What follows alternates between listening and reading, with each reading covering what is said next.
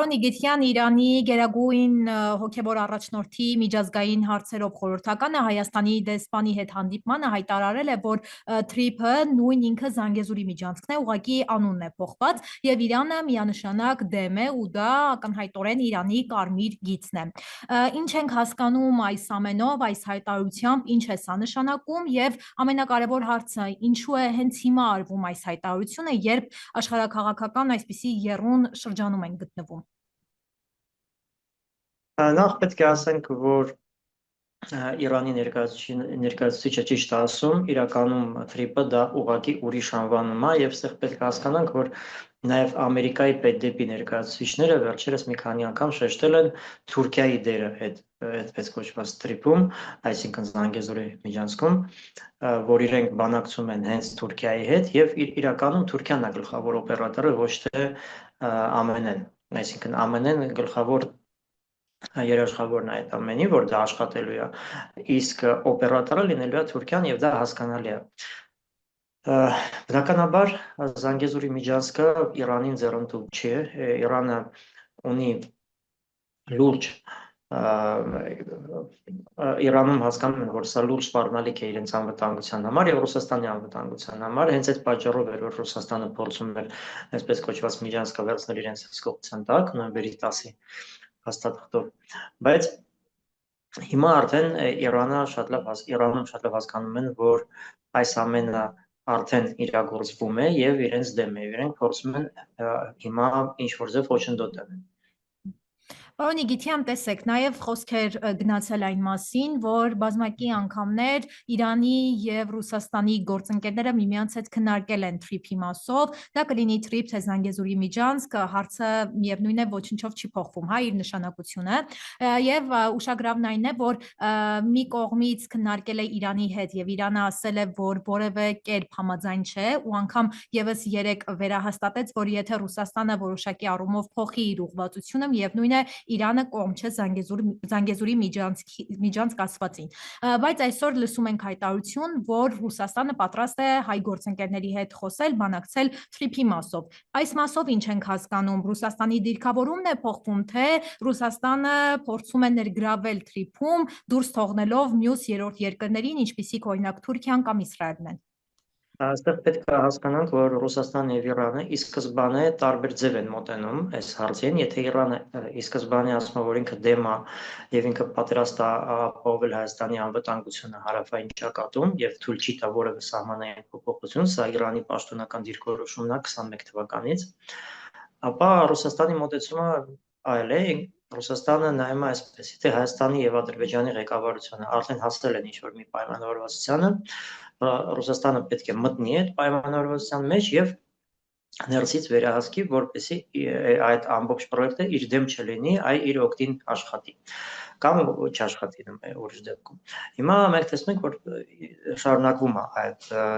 մոտեցումների տարբերությունը Ռուսաստանի եւ Իրանի։ Ռուսաստանը փորձում է ներգրավվի այդ պրոյեկտի մեջ եւ փորձի ներսից ինչ-որ վերահսկողություն ունենա, որ համոզված լինի, որ դա իր դեմ չի օգտագործվի։ Բայց այստեղ պետք է հասկանանք, որ Զանգեզուրի միջանցքը թրիփը մեծ թուրքական ճանապարհը կամ ՆԱՏՕ Թուրան դալանը, որպես Իրանում են ասում, դա տնտեսական պրոյեկտ չի, դա ռազմաքաղաքական պրոյեկտ է։ Տնտեսական առումով եթե մենք նայում ենք, կտեսնենք, որ երկաթգիծը, որը Ադրբեջանից Վրաստանի տարածքով գնում է դեպի Թուրքիա, ինքը սկիլիովին չի օգտագործվում, այսինքն այդպես չկա այնպես իրավիճակ, որ արդեն չի հերիքում այդ հզորությունները, պետք է նոր ճանապարհ կառուցվի, ընդհանրապես այդպես չի։ Եվ ստեղ պետք է հասկանանք, Զանգեզուրի միջանցքը դա առաջի հերթին ռազմաքաղաքական պրոյեկտ է, իմաստը իրավորն է, որ առանց Ռուսաստանի եւ Իրանի Միջին Ասիայի ռեսուրսները տեղափոխեն դեպի արևմուտք, սա մեկ, իսկ երկրորդ թեև այստեղ գալիս ենք արդեն ռազմական իր բաղադրիչին, նաև որ արևմուտքը կարողանա այդ միջանցքով զենք եւ զինամթերք մատակարարի Ադրբեջանին եւ Միջին Ասիային, եթե իրենք արդեն ներգրավված լինեն ինչ-որ մի հակամարտության մեջ Ռուսաստանի կամ Իրանի դեմ։ Սա է ամենակարևոր դերը այսպես կոչված Զանգեզուրի միջանցքի եւ շատ Իրանի համար իհարկե կարևոր է, որ այս Զանգեզուրի միջանցքով իրենք կարող են զրկվել այլընտրանքային ճանապարհից դեպի հյուսիս, այսինքն Հայաստանից։ Եվ եթե մենք այս ամենը հավաքում ենք իրար եւ տեսնում ենք, որ Ամերիկայի կողմից սա հովանավորվող պրոյեկտ է, եթե մենք տեսնում ենք, որ Թուրքիան գլխավոր օպերատորն է եւ այս ամենը իրար հետ, չեմ կարծում, որ կստացվի Ռուսաստանին կհաջողվի մտնել եւ ներսից ինչ որ մի փոփոխության հասնել, որը կօգնի Ռուսաստանին ապահովել իր անվտանգությունը։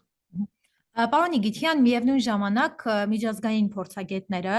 օրինակ ինձ հետ զրույցում նաև անդրադարձել են այն թեմային, որ հիմա Թրամփը վերադիրքավորվում է ու փոխում է իր ամբողջ ռազմավարությունը։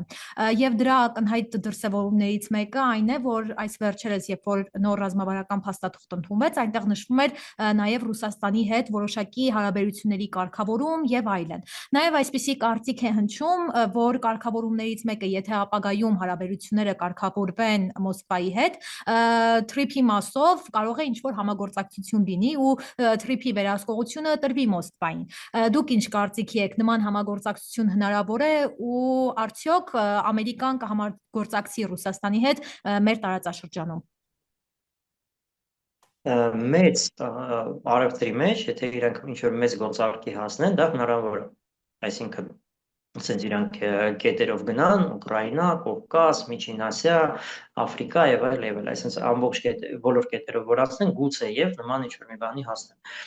Բայց այս բանը կարծում եմ ոչ, որովհետեւ այս անգլոսաքսոնական աշխարհի, սկզբից Բրիտանիայի, հետո արդեն ԱՄՆ-ի մոտեցումը եւ խաղը տարածաշրջանում ինքը դարերով չի փոխվում, այսպես կոչված big game-ը ինքը չի փոխվում եւ ինքը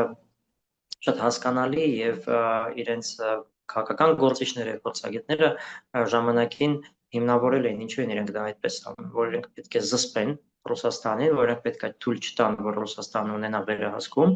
որ իրենք այդ ճանապարհները վերահսկեն։ Հակառակ դեպքում այս ծովային պետությունները կկորցնեն իրենց հզորությունը, կկորցնեն իրենց գերտերության դերը։ Սա շատ հասկանալի է եւ չեմ կարծում, որ այստեղ ինչ-որ գլոբալ փոփոխություն տեղի ունենա։ Շատ լավ, եւ պարոն Իգիթյան, տեսեք, այն որ Թրամփի ուղի ասված այդքան էլ պետք չէ ու հիմնականում դրանով շահագրգռված են թուրքալեզու ժողովուրդները, պանթուրքական ծրագիր ворթեգրած երկրները,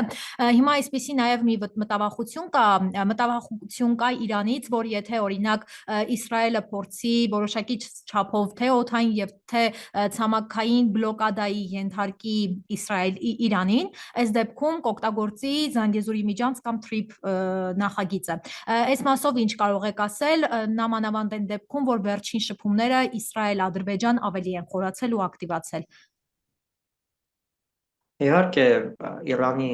անհանգստությունը նաև դրանից է գալիս, որ իրենք շատ լավ հասկանում են, որ եթե ճանապարհը կառուցվում է ու դա հատուկ է արվում քո շուրջ, բայց քո ճանապարհով չի, քո տարածքով չեն ուզում անցկացնել, ինչն է որ դու առաջարկում ես, այստեղ խոսքը գնում է իզոլացիայի մասին։ Իսկ իզոլացիան ինքը համ արևտրի միջազգային արևտրի մեջ, էլ չասած քաղաքականության մեջ ինքը շատ վտանգավոր բան է եւ Իրանում դա շատ լավ հասկանում են, որ իզոլացիան իրանք հենց այնպես չեն անում եւ իզոլացիան դա եւս մեկ քայլ է մեծ պատերազմից առաջ։ Նույն ձև պետք է հասկանանք, որ երբ որ Ադրբեջանը եւ Թուրքիան իզոլացիայի ենթարկում Հայաստանին, այդտեղ խոսքը միայն այն մասին չի, որ Հայաստանի սահմանն էին փակել, նաև դրա մասն է, բայց նաև այն մասն է, որ ամբողջ տարածաշրջանի ինֆրաստրուկտուրան կառուցում էին Հայաստանը շրջանցելով։ Եվ այս ամենը եւս մեկ քայլ էր, որպեսզի պատերազմ սկսեն իրենք։ Եվ եթե Հայաստանի դեպքում Հայաստանը փոքր պետություն է, Հայաստանի տարածքով ինչ-որ ինֆրաստրուկտուրա կառուցելը դա կարող է նաև վտանգներ ներկայացնել Հայաստանի համար, որովհետև հետո Ադրբեջանն եւ Թուրքիան կասեն մենք ուզում ենք պաշտպանենք այս ամեն ինչը։ Ապա Իրանի դեպքում, որ Իրանը շատ մեծ պետություն է եւ հզոր է, նման բան շատ դժվար է պատկերացնել, ու դրա համար իհարկե Իրանի ճշնամիները հակառակորդ երկրները փորձում են Իրանին ուղղակի իզոլացիայի ենթարկեն եւ ամբողջ ինֆրաստրուկտուրան կառուցել Իրանից դուրս եւ ամենակարևորը ասեմ, որ ամերիկյան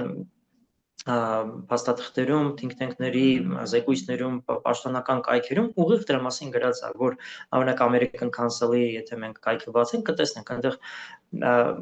շատ պարզ գրած է, որ ԱՄՆ-ն